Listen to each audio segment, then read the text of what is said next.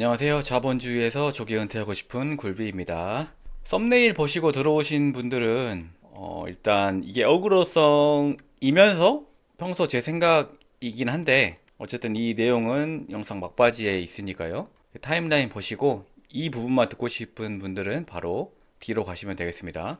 그러면은 먼저 TQQQ랑 QLD 매매 현황 보고 시작하겠습니다. 일단 TQQQ 같은 경우에는 제가 지난주 금요일에 매수를 했었거든요. 근데 이게 그 당시에는 꽤나 높은 단가로 매수가 돼 있어가지고 아 이거 조졌네 라고 생각을 했었는데 월요일 되니까 트럼프 대통령이 뭐 협상이 잘 되고 있다 뭐 이런 발언을 하면서 시장이 크게 올랐죠. 그래서 화요일 오전 9시 4분에 80.08달러에 105주 매도를 했고요. 그렇게 해가지고 이게 약 30만원 정도 실현 손익이 발생했습니다. 그리고 나서 그날 오후 3시 22분에 제가 매도했던 단가보다 조금 낮아진 79.69달러에 96달러네요. 다시 8,000달러 정도 매수를 했고요. 그리고 그 다음날 오전 5시에 82.95달러에 매도를 했습니다. 그런데 이거 넘어가기 전에 이거 화면 배경이 바뀌었죠? 원래는 제가 키움증권을 쓰고 있다가 키움증권 같은 경우에는 미국 주식 그 매매 수수료가 0.07%거든요. 그런데 메리츠증권 같은 경우에는 과거에 2025년도까지는 슈퍼 365라고 해가지고 매매 수수료도 0이고 환전 수수료도 0인 상품을 출시를 했었습니다. 그런데 지금 이재명 정부가 국내 주식 부양을 하려고 하다 보니까 미국 주식을 굉장히 누르고 있잖아요.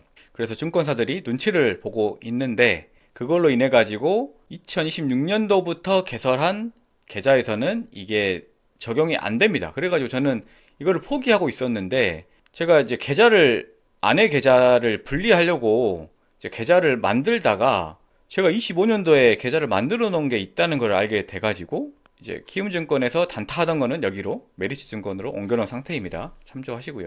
그래가지고 어쨌든 이 두 번째 매도를 통해 가지고 약 30만 7천 원 수익을 봤습니다. 그래서 5월 수익 현황은 이렇고요. 합산하면 약 60만 원 넘죠.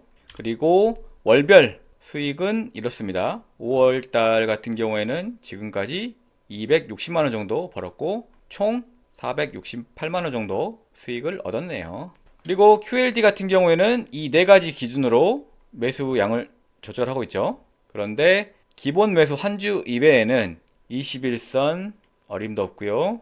121선 어림도 없고요. 극도의 공포 구간에도 진입하지 않았기 때문에 한 주만 추가 매수되어서 18주를 보유하게 되었습니다. 아, 그런데 이거 진짜 조금 더 담아야 되나 굉장히 지금 포모가 온 상태입니다. 왜냐면 계속 오르기만 하니까 이게 좀 마음이 컨트롤이 어렵네요. 그래도 그 컨트롤 하려고 여러분들한테 보여드리는 거니까 잘 컨트롤 해보겠습니다. 공포 탐욕 같은 경우에는 지난주 금요일까지 59였다가 어제 장이 끝나고 60일로 소폭 반등했습니다. 그런데 극도의 공포 구간은 어림도 없죠. S&P 500 PE 지수는 5월 22일 기준으로 26.97이었던 게 5월 26일 기준으로 27.15입니다. 아직까지 상승폭은 조금 남아 있습니다. 나스닥 같은 경우에는 35.89였던 게 36.53으로 약간 반등했고요. 마찬가지로 나스닥은 계속 말씀드리지만은 역사적인 닷컴법을 제외하고 역사적인 나스닥 100 PE 지수의 고점은 38 정도이기 때문에 아주 조금 상단이 열려 있는 상태입니다. 다음은 개미 지표인데요. 기본적으로 주식은 우상향하니까 상승하는 요인 하나. 그리고 저는 지금까지 올랐는데 하락 안 하는 게 맞아? 라는 생각이 있어서 하락할 것 같은데 저는 개인이니까 이건 오히려 반대로 상승 요인.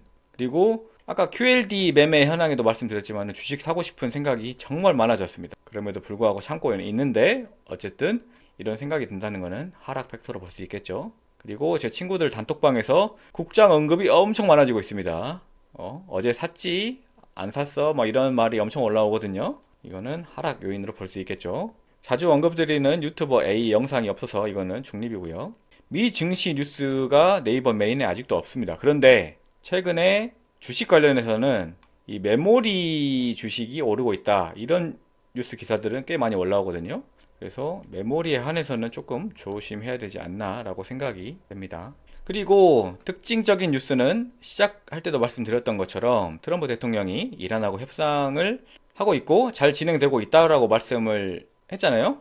그런데 제가 느끼기에 최근에 이제 분위기가 바뀌었다고 느끼는 게 뭐냐면은 지금까지 트럼프 대통령은 그 이란이 60%까지 농축한 그 우라늄을 미국 안에 가져와 가지고 희석을 해야 된다라는 입장이었는데 이게 최근에 이란 내부 혹은 제3국에서 처리하는 방안도 수용할 수 있다라고 입장이 바뀌었거든요.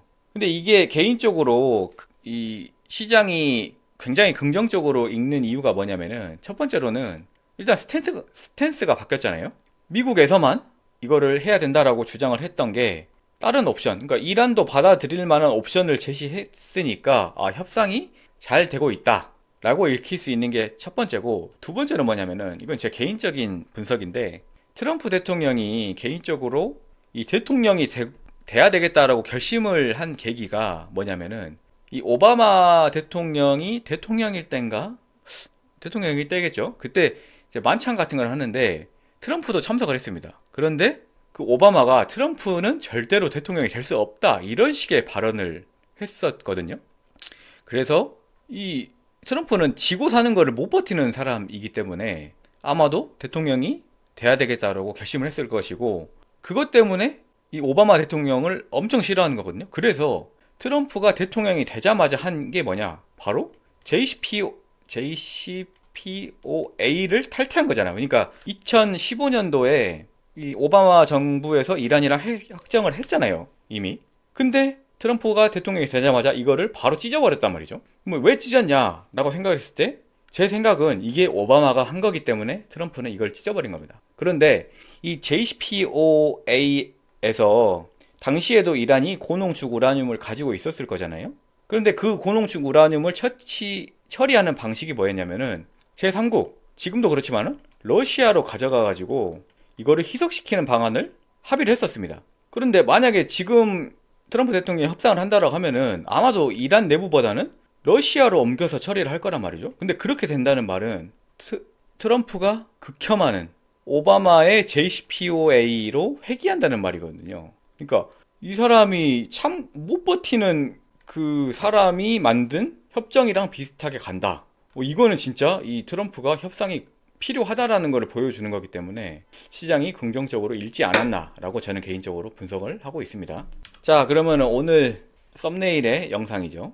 애들은 공부하지 않고 나가 놀아야 된다 라고 말하는 부모님들이 정답이 아니라고 말씀을 드렸는데 누군가 저한테 애가 어릴 때 공부를 해야 됩니까? 놀아야 됩니까? 라고 물어보시면은 저는 놀아야 된다라고 생각하는 사람 중에 한 명입니다. 그러면은 제가 한 말이랑 다르죠? 근데 이제 제가 무슨 말씀을 드리고 싶냐? 제가 먼저 비판하고 싶은 거는 이 서울에서는 저는 이제 지방에 사니까 모르지만 서울에서는 7세고시라고 해가지고 뭐 초등학교 가기 전부터 아이를 의대에 보내기 위해서 공부를 엄청 시키잖아요. 그러니까 이런 식의 너무 애가 어린 나이부터 공부를 강제적으로 시키는 거는 저는 절대로 반대합니다. 근데 이거를 반대한다라고 해서 그 반대편에 있는 이 놀아야 된다, 마냥 놀아야 된다라는 거를 동의하지 않는다는 말씀을 드리는 거거든요. 자, 우리가 아이를 키우는 궁극적인 목표가 뭘까요? 뭐 다양한 의견이 있겠지만은 제 개인적으로는 아이가 뭐 훌륭하진 않더라도 건전한 사회인 혹은 성인이 되도록 하는 게 이 아이 양육의 목표라고 저는 생각을 합니다. 그런데 이제 건전한 성인이 되는 거는 문제가 없어요. 놀게 해가지고 키워도. 근데 이제 사회인은 다른 말이죠. 이제 사회인이라는 말은 사회적으로 어느 정도 위치가 보장된 사람이라는 걸 뜻하잖아요. 그러면은 자 보세요. 서울대 지역별 합격자를 보시면은 이 각 지역별로 인구 비중은 뭐 경기도가 좀 크긴 하지만은 거의 대동소이합니다. 파란색이 인구 비중이거든요. 그런데 서울대에 진학하는 비율을 나타내는 이 붉은 선 같은 경우에는 보이시죠? 서울 강남이, 서울 종로가, 뭐 경기도 용인 이런 데가 압도적으로 높습니다. 그런데 뭐 지금은 학력이 필요 없다, 뭐 취직할 때 영향 없다라고 말은 하지만은 아직까지도 그리고 여기 심지어 여기 기사에서는 학력별 임금 격차가 더 벌어졌다고 나와 있습니다. 고졸은 100만 원 벌 때 대졸은 132만 원 번다고 돼 있고요. 그리고 앞서 그래프에서 보신 것처럼 대졸자 취업, 학력별 소득 격차 뚜렷하고 여전히 기회는 수도권에 있다라고 하는 게 전문가들의 분석입니다. 그러니까 그냥 애를 마냥 놀게 키우는 거는 아이가 어느 정도 사회적인 지위를 갖게 하는 데는 한계가 있다는 말인 겁니다. 그러면 한 발짝 더 나아가서 제가 방금 드린 말씀의 요점은 뭐냐? 결국은 이 교육이라는 거는 높은 학력을 얻기 위함이고, 높은 학력을 얻기 위하는 거는 결국 궁극적으로는 돈을 많이 벌게 하기 위함이잖아요. 그러면 요점은 뭐냐? 애가 놀더라도 나중에 돈 걱정이 없으면은 문제가 없는 겁니다. 그러니까 종합하면은 제가 비판하는 포인트는 뭐냐? 교육을 어렸을 때부터 심하게 시키는 것만 비판만 하고 애가 컸을 때 어떻게 될지, 애가 사회적으로 어떻게 될지를 고려하지 않는 부모들을 저는 비판을 하는 거거든요. 그러면은 제가 실제로 하고 있고 혹시나 어린아이를 양육하시는 부모님들에게, 그러니까 그 부모님들은 이제 교육 쪽보다는 어렸을 때는 놀아야 된다라는 생각을 가진 부모님들이겠죠. 그런 부모님들에게 제가 제안하고 싶은 방안은 뭐겠습니까? 저희 주식 채널이니까 당연히 어렸을 때부터 애한테 주식 투자를 해줘야 된다라는 거죠. 그러면은 제가 제안하는 방식은 뭐냐? 아이가 0세부터 10세 구간일 때는 2천만 원까지는 세금 없이, 그러니까 비과세죠. 비과세로 증여가 가능하거든요. 그리고 추가로 1천만 원까지는 세금 없이 증여가 가능합니다. 그러면 총 3천만 원을 증여할 수 있다는 거죠. 세금 없이. 그러면은 애가 태어나자마자 3천만 원을 입금해 버리든지, 아니면은 애들 크면서 용돈이나 세뱃돈 있을 거잖아요. 그걸 모아가지고 3천만 원의 종잣돈을 마련하는 겁니다. 그래가지고 이거를 20년 동안 연 25% 수익률로 굴리면은 얼마가 되느냐? 26억이 됩니다. 그러면은 물론 처음에 3천만 원을 못 넣으신 분들은 이 기간이 좀 더 늘어나겠죠. 그럼에도 불구하고 뭐 25세, 28세 정도만 되면은 이 금액을 맞출 수 있을 거예요. 그러면은 물가 상승률 뭐 이런 거 다 고려한다고 하더라도 26억, 이 정도면은 애가 사회에서 위축되지 않고 살아가는데 충분하지 않을까요? 그러니까 마냥 애들은 어렸을 때 놀아야지 이런 말만 하지 마시고, 결국 부모님들의 목표, 그러니까 아이 양육의 목표는 아이가 건전한 사회인이 되는 거기 때문에 이런 경제적인 것도 신경을 써 주셔야 된다. 이런 경제적인 거를 신경 안 써주고 그냥 놀게만 하시는 분들은 제가 봤을 때 오히려 어렸을 때부터 교육시키는 것보다, 교육시키는 부모님들보다 더 나쁜 부모라고 저는 생각을 합니다. 그러니까 저처럼 저랑 비슷한 생각을 가지신 분이라고 한다면은 아이가 태어나자마자 아니면은 조금씩 모아가지고 아이 주식 투자를 해주셔라 라는 게 제 생각이었고요. 그러면은 이 말씀이 나오겠죠. 그래, 3천만 원 시드머니 오케이 알았어. 비과세 20년 투자 알았어.